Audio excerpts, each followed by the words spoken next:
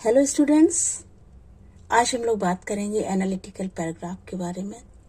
CBSE ने sample paper release कर दिया है सेशन 2024 एंड 25 के लिए। डेट शीट भी आ चुकी है, सो बस तैयारी करनी है एग्जाम के लिए। आज हम लोग सैंपल पेपर में क्वेश्चन नंबर 5 के बारे में बात करेंगे।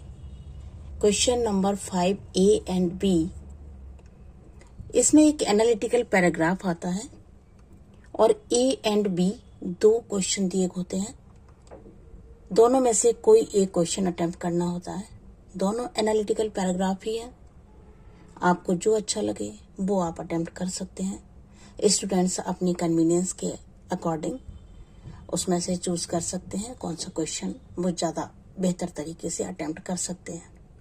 सबसे पहले हम बात कर लेते हैं इसकी मार्किंग स्कीम की। एनालिटिकल पैराग्राफ की मार्किंग स्कीम क्या होती है? 5 मार्क्स का होता है, ये सभी बच्चे जानते हैं। लेकिन इन 5 मार्क्स में मार्क्स का डिस्ट्रीब्यूशन किस तरह से होता है? जब आपकी कॉपी चेक होती है तब आपको किस तरह से मार्क्स दिए जाते हैं, कहाँ आपके मार्क्स कटने की संभावना है, ये सब जानना आपको बहुत जरूरी है। सो यहाँ देखते हैं, analytical paragraph writing should not be confused with writing a description of given elements और राइटिंग ए समरी। जो आपको पॉइंट्स दिए जाते हैं एनालिटिकल पैराग्राफ में, जो इंस्ट्रक्शन के साथ में कुछ पॉइंट्स दिए जाते हैं जो क्वेश्चन का एक पार्ट होते हैं, केवल उनको समराइज कर देना एनालिटिकल पैराग्राफ लिखना नहीं है। It requires examining the given elements closely and sharing inputs based on given stimulant. It carries no title or heading. Analytical paragraph का कोई भी टाइटल नहीं दिया जाता, न कोई हेडिंग डाली जाती है और न उसमें और पैराग्राफ बनाए जाते हैं। ये अपने आप में एक सिंगल पैराग्राफ होता है। बच्चे कई बार इसको कई पैराग्राफ में डिवाइड कर देते हैं। ऐसा नहीं है, आपको कोई भी पैराग्राफिंग इसमें नहीं करनी है, कोई भी हेडिंग नहीं देनी है, कोई भी टाइटल नहीं देना है। 2 मार्क्स होते हैं आपके कंटेंट के। जो कंटेंट आपको दिया गया है, जो पॉइंट्स आपको दिए गए वो आपने सारे इंक्लूड किए हैं या नहीं किए हैं, उनको ठीक से डेवलप किया गया है या नहीं किया गया है, इस पर बेस्ड होते हैं 2 मार्क्स। अगर आपने कंटेंट बहुत अच्छे से लिखा है तो आपको 2 मार्क्स मिलेंगे। ऑर्गेनाइजेशन ऑफ आइडिया, 2 मार्क्स आपके होते हैं कि आपने अपने आइडियाज को किस तरह से ऑर्गेनाइज किया है। सीक्वेंस एक होना चाहिए आपकी राइटिंग में, आपकी स्टाइल जो है वो इफेक्टिव होनी चाहिए। और यहाँ पे देखिए आपको मेंशन किया गया है clearly, single paragraph structure, formal tone, आपकी टोन जो है वो फॉर्मल होनी चाहिए, एंड फंक्शनल वोकैबुलरी, और वोकैबुलरी आपकी स्ट्रांग होनी चाहिए। एक ही वर्ड आप बार बार यूज न करें, अवॉइड करें उसको, इससे आपकी राइटिंग जो है वो अच्छी नहीं मानी जाती। अब 1 मार्क्स है आपका स्पेलिंग, पंक्चुएशन एंड ग्रामर का। अगर स्पेलिंग में कोई मिस्टेक होती है, पंक्चुएशन में कोई मिस्टेक है या ग्रामेटिकल मिस्टेक्स हैं, ऐसी 2-3 मिस्टेक्स अगर आप कर देते हैं पैराग्राफ लिखने में तो आपका 1 नंबर कट जाता है। और सब कुछ ठीक है तो ये नंबर आपका है। तो इस तरह से ये 5 मार्क्स का डिस्ट्रीब्यूशन होता है। इसको ध्यान में रखना है, कंटेंट भी पूरा लिखना है और उसको वेल ऑर्गेनाइज तरीके से लिखना है और गलतियां भी नहीं करनी। अब इस साल का जो सीबीएसई का सैंपल पेपर निकला है उसमें ये क्वेश्चन दिया गया है जो हमारे पिछले कई सालों से एनालिटिकल पैराग्राफ का क्वेश्चन जैसे आ रहा था उससे काफी डिफरेंट है। Read the product detail on A label for a school bag. एक स्कूल बैग का एक लेबल है, उस पर कुछ डिटेल दी हुई है, वो यहाँ पर दी हुई है detail, eco friendly school bag. वो बैग जो है इको फ्रेंडली बैग बताया गया है और उस पर लिखा हुआ है made from recycled material, ergonomic design with padded shoulder straps and breathable mesh back panel, spacious main compartment with multiple pockets and organizers, reflective strips for visibility and safety, water resistant, fabric available in various vibrant colors and patterns. एक school bag की ये qualities हैं, ये mention है उसके label पर. Now analyse why this school bag would be A beneficial purchase.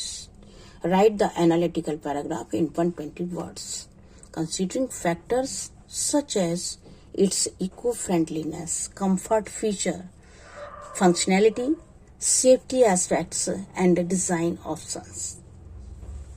तो देखते हैं पैराग्राफ किस तरह से लिख सकते हैं. अब जो पॉइंट दिए हुए हैं उनको यहाँ पर ऊपर मेंशन कर लिया गया है क्योंकि ये सारे पॉइंट हमें अपने कंटेंट में इंक्लूड करने हैं. तो देखिए इस तरह से पैराग्राफ लिखा जा सकता है. As per the details given on the label of the bag, this bag is made from recycled material. It is designed in a way it is very comfortable to use as it has padded shoulders straps. Moreover, it has breathable mesh back panel. This type of fabric is very rare and usually found in sports apparel. The bag is not only comfortable, it is quite spacious. The main compartment is too large and it has many pockets. The bag has reflective strips, so it is good for safety purpose also. The best thing is that its fabric is water resistant. Undoubtedly, it is very beneficial to purchase this brand of bag. They are available in various vibrant colors and patterns, so it can be purchased according to one's need and choice. इस तरह से आप analytical paragraph लिख सकते हैं. ये आपका इस क्वेश्चन का आंसर. क्वेश्चन नंबर 5 का दूसरा पार्ट बी. दूसरा question analytical paragraph. Read the given details of A playground intended for your resident area. आपके रेजिडेंट एरिया में एक प्लेग्राउंड होना चाहिए, उसका डिटेल नीचे दिया हुआ है. A central climbing structure inspired by traditional Indian architecture, such as a miniature fort with multiple levels and slides. Swings adorned with colorful Indian patterns along with monkey bars and a zip line. A water play feature inspired by Indian fountains or rivers. Shaded seating areas with benches and swings resembling traditional chopal. Trees, shrubs and flower beds, ample open space. इन सब सुविधाओं से lace एक playground आपके resident area में होना है. Analyze the details and write an analytical paragraph in about 120 words about the suitability of this playground. Focus on factors such as safety, inclusivity, fun features, sustainability for different age group, and overall experience. तो लिखते हैं एक analytical paragraph. देखिए जो detail हमें include करनी है वो यहाँ पर ऊपर नोट की हुई है. ये सारे पॉइंट हमें अपने कंटेंट में इंक्लूड करना है. In a residential area, a playground is an essential need of the residents living in that area. It must be a center of attraction and it should fulfill the needs of the people of all the age groups. A central climbing architectural structure, just like Qutub Minar, might be a center of attraction in the park. Qutub Minar तो बहुत बड़ी है, मुझे बस mind में आ गया तो मैंने लिख दिया।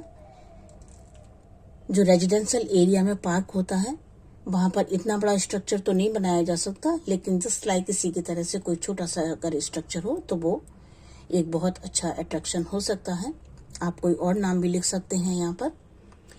Water fountains around the structure may add the beauty of the structure. Children love to play in the park. Mostly they are fond of swings. So a park must have various swings, monkey zipline and other activity spots for the kids and teenagers. Trees, plants, bushes and flower beds along with large open space are an integral part of a playground. So it must be there in abundance. Benches under the shade of trees and bushes may help the aged persons to sit and gossip with the friends about their childhood days. Overall, safety measures and maintenance procedures are mandatory for proper functioning of fountains, swings and climbing structure. It should not be overlooked to avoid any mishappening. तो इस तरह से आपका analytical paragraph हो गया। आप लिख सकते हैं, अपने शब्दों में इसको लिखने की कोशिश कीजिए। आप बार बार प्रैक्टिस करेंगे तो इस तरह का कोई भी डिटेल आपको दिया जाता है और उस पर एनालिटिकल पैराग्राफ लिखने के लिए कहा जाता है तो आप लिख सकते हैं। सेंटेंस आपके शॉर्ट होने चाहिए और वोकैबुलरी बार बार रिपीट नहीं करनी चाहिए। एक ही तरह के सेंटेंस के स्ट्रक्चर भी बार बार रिपीट नहीं करने चाहिए, इससे आपकी राइटिंग जो है वो अच्छी नहीं मानी जाती। तो ध्यान रखिएगा सारी बातों का और अपना एनालिटिकल पैराग्राफ लिखिए। Thank you so much.